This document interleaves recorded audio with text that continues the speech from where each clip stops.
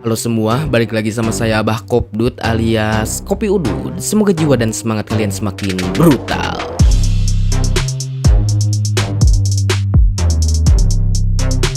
Berandai-andai membahas jika Luffy dieksekusi memanglah cukup menarik. Series ini sangatlah luar biasa luas dan berbagai macam story yang saling terhubung. Namun jika Luffy dieksekusi oleh pemerintah atau Marine, hal apa saja yang akan terjadi? Persiapan apa saja dari pihak sang penguasa keadilan atau pemerintah dunia? Karena resiko mengeksekusi Luffy bukanlah main-main. Banyak sekali pihak yang akan berdatangan, termasuk Yonko atau Kaisar Lautan lain berdatangan bersama aliansi mereka. Untuk kalian disarankan menonton video saya di part 1 dan 2 kemarin agar bisa nyambung dengan video kali ini, karena akan cukup menarik membahas persiapan dari pemerintah atau Marine untuk perang akbar atau besar di dunia.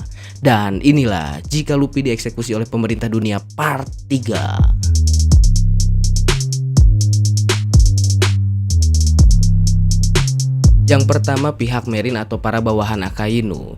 Kita tahu bahwa keadilan yang dianut oleh Akainu adalah absolut, yang tidak pandang bulu dan belas kasih.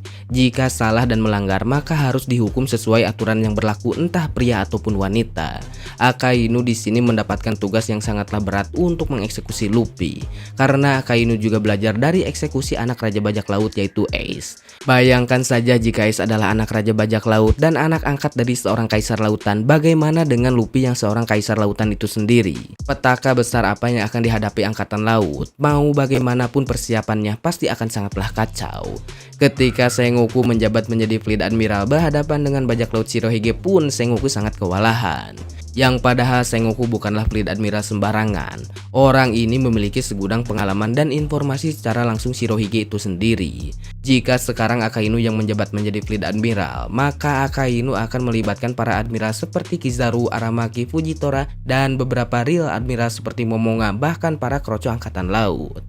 Semua yang terjadi adalah tanggung jawab Akainu sepenuhnya di Marine yang menjabat sebagai Fleet Admiral.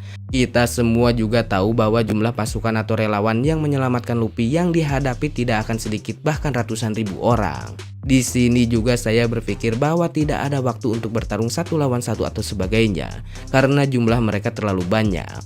Akainu akan berpikir lebih baik memberikan serangan besar daripada bertarung 1 lawan 1. Jumlah kroco bajak laut pun tidak akan sedikit, karena sejauh ini belum ada yang terlihat menggunakan haki raja di Angkatan Laut untuk membuat kroco pingsan. Beda halnya dengan bajak laut seperti Akagami yang memperlihatkan haki raja kepada para kroco atau lawan-lawannya. Memang sekelas Akainu sepertinya memiliki, tapi dengan batasan tertentu. Biasanya pemilik haki raja para pemakan buah iblis tidak sekuat haki karakter yang tidak memakan buah iblis. Maka tidak ada jalan lain dari Akainu selain menggunakan jurus hujan magma atau hujan meteor yang dikeluarkan oleh Fujitora.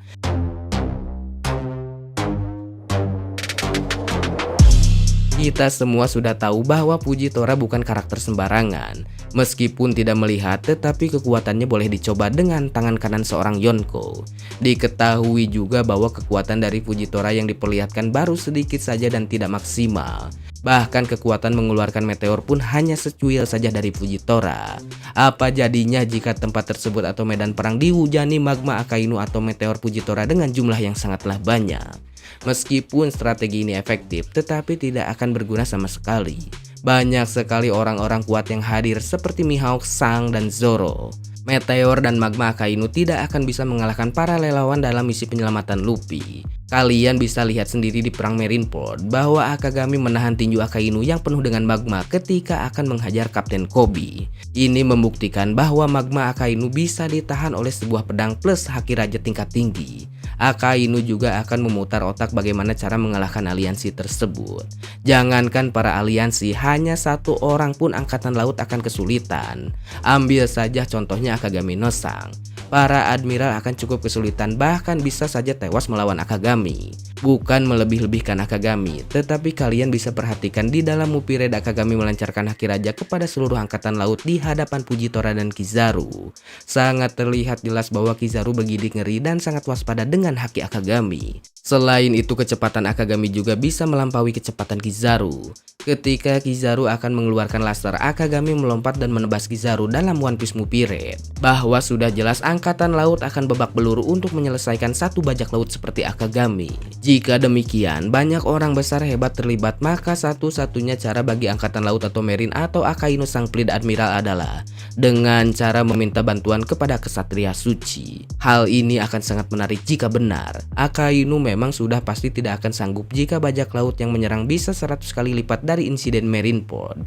Jumlah pasukan angkatan laut tidak akan bisa menyamai para bajak laut. Dengan cara meminta bantuan Ksatria Suci, maka hal ini bisa sedikit meringankan beban Akainu itu sendiri atau pihak Marine.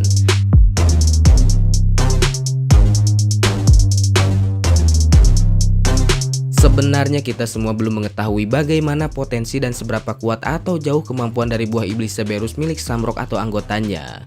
Namun di sini yang jadi sorotan adalah apakah kekuatan haki mereka juga sekuat haki Akagami atau tidak. Biasanya para pemakan buah iblis memiliki haki di bawah orang yang tidak memakan buah iblis. Jika benar Ksatria Suci ikut serta dalam menghapuskan para aliansi akan sangatlah menarik. Akagami akan sangat berhati-hati bersama anggota intinya. Namun di sini yang cukup menarik jadi sorotan adalah Gorosei yang baru, yaitu Saint Pigerland Garling. Diketahui juga bahwa Garling terlibat dalam insiden God Valley. Acara tersebut diikuti oleh Garling dalam sebuah kompetisi berburu para penghuni pulau yang diadakan oleh para kaum naga langit. Namun pemimpin yang sekarang adalah saudara kembar dari Akagami, yaitu Samrock. Tidak banyak informasi tentang Samrock dan rekan-rekannya atau para anggota Ksatria Suci lainnya. Tetapi saya cukup yakin bahwa kekuatan dari Samrock sebagai pemimpin atau leader sangatlah luar biasa. Mungkin setidaknya di atas para admiral atau setara dengan Fleet Admiral. Ksatria Suci adalah sebuah kelompok yang ditunjuk atau dibentuk secara langsung oleh Gorosei yang diperintahkan oleh Im Sama. Kelompok ini bukan hanya kuat, tetapi memiliki anggota yang cukup spesial dan ahli di bidangnya masing-masing untuk sebuah misi rahasia. Berbeda dengan angkatan laut yang menyelesaikan misi secara terang-terangan, kelompok ini juga melakukan misi secara diam-diam dan cukup misterius. Dalam dunia One Piece juga belum banyak orang yang mengetahui adanya entitas Ksatria Suci.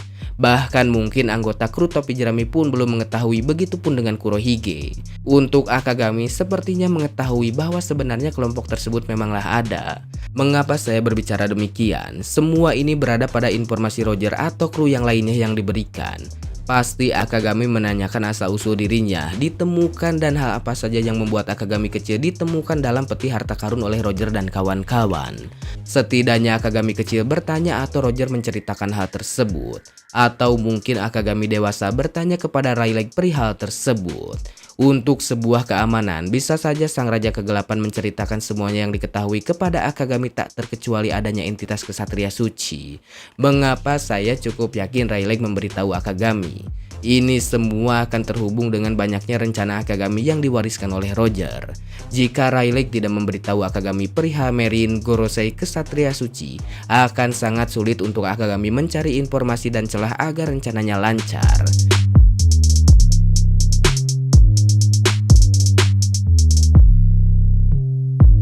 Di sini juga saya berpikir yang mengetahui adanya kelompok tersebut adalah Dragon itu sendiri. Orang sekelas Dragon pasti mengetahui adanya Ksatria Suci. Secara Dragon adalah seorang angkatan laut di masa lalu. Banyak informasi perihal seluk-beluk orang lain yang tidak diketahui kecuali Dragon. Selain itu, informasi dari sang ayah Toga pasti menambah info kepada Dragon muda ketika berada di Marine. Karena Gap terlibat langsung di insiden God Valley bersama Roger atau Ksatria Suci dan Rocks di Sebek. Hal ini akan cukup menarik jika dibahas secara mendalam karena memang saling terhubung satu sama lain. Maka jika pihak Akainu meminta bantuan Ksatria Suci, angkatan laut akan semakin kuat dan mungkin bisa saja menahan serangan para bajak laut, terutama Yonko atau orang-orang kuat seperti Mihao. Semua akan terlibat dalam perang dan kita akan menyaksikan betapa besarnya pengaruh jika Luffy ditangkap dan akan dieksekusi oleh pemerintah dunia. Video ini masih akan tetap berlanjut di part berikutnya karena akan sangat panjang jika dibahas dalam satu video. Masih ada Im Sama dan Gorosei yang akan terlibat dan beberapa kekuatan mereka yang akan saya bahas. Tunggu saja di part berikutnya.